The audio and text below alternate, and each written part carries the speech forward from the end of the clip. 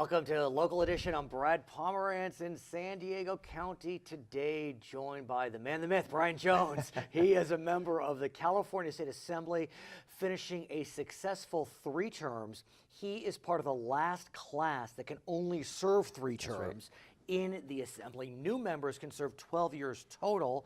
I feel as if you just got there. I feel as if I just got there, And so talk to us about this notion of only serving for 6 years in the Augusta Assembly. Well, we know when that first came out in the early 90s, the voters at the time were responding to legislators that had been there, some of them 30, 40. 60 years. Yeah, a long time. Right. And I think they just swung the pendulum a little bit too far.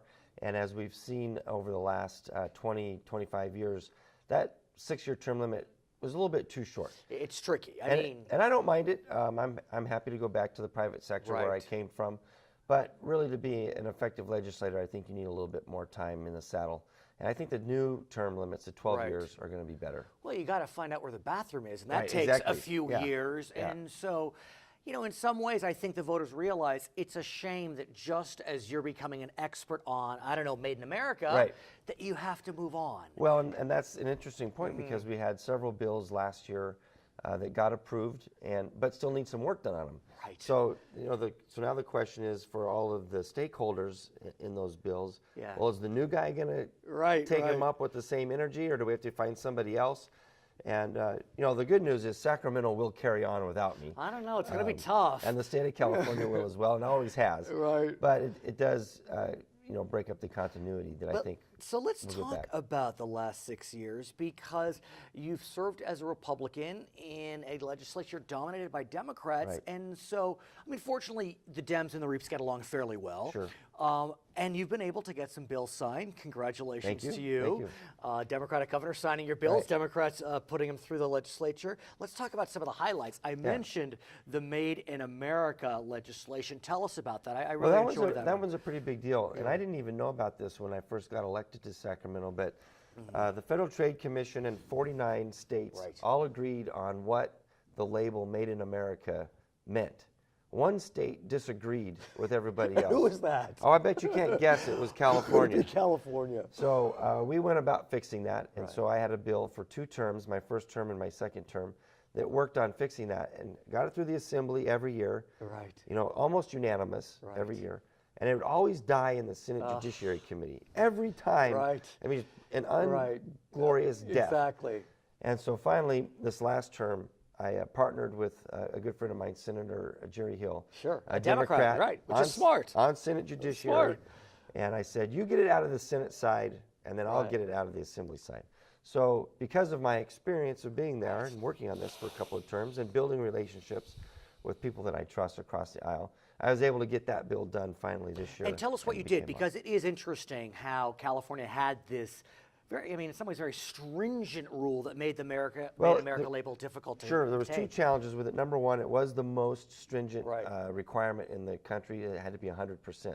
But the worst part of the bill was it had a private right to cure in the law, meaning that you could sue a manufacturer for not just damages, but for punitive damages, because they were, you know, purposely trying to deceive you, which is not the case.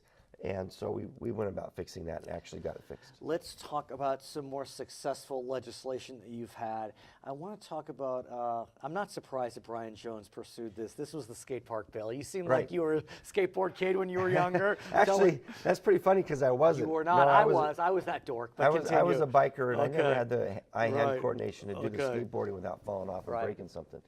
But actually, the supervisor from my area, Diane Jacob, brought this to me 2 years ago. And it's really weird is, you know, in private skate parks, they're indemnified to have whoever they want in their parks. But county and city skate parks, by state law, we're only indemnified for skateboards. So if a county park allowed a bicycle, a scooter, a wheelchair as a result of the hearings, they weren't indemnified against lawsuits. Oh, no. So all of these beautiful skateboard parks all across the state the sheriff's deputies were stopping kids from coming in with their scooters and no, you can't come in here with that. And the kids were like, what do you mean we can't come in here? So again, it was just a peculiarity of the law that we fixed and has had effect all across the state. You've also carried two bills that focus on spirits, should we call them? Well, distilled spirits. Distilled spirits, yeah. And the home brewer bill, is that right? Correct. Tell us about those. Well, I don't even know how this came to be part of my wheelhouse. Right, I know. In such a short time up Right. there. But when I was in college, I home brewed beer. Amen, let's have some. And had a great time with it. When I got to Sacramento, and this was 25 years ago when I was in college, some of the laws that were a problem then still hadn't been fixed. And, you know, I've not done it in a long time, but I know there's still lots of people that enjoy home brewing and going to craft distillers. So again, working with Democrats across the aisle, we put a package of bills together last year and this year that just tuned up and made it easier to be a home brewer. Got it. And made it easier to be a craft distiller. I want to talk about an issue that continues to be on the minds of voters, not just in San Diego County, California, but throughout the nation.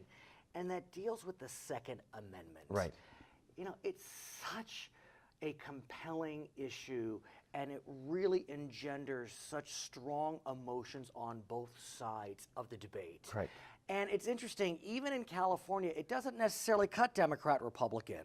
You know, No, you're right, exactly. Yeah, it's a bipartisan issue. Yeah, Or on both sides. It's a nonpartisan issue. So yeah. talk me through, look, you're a state legislator, so, I mean, you can't do much about the Second Amendment. It's a federal matter. Correct. But talk me through the issue over the last few years. Well, here's the confusing thing to me is how over the last decade has it become so emotional?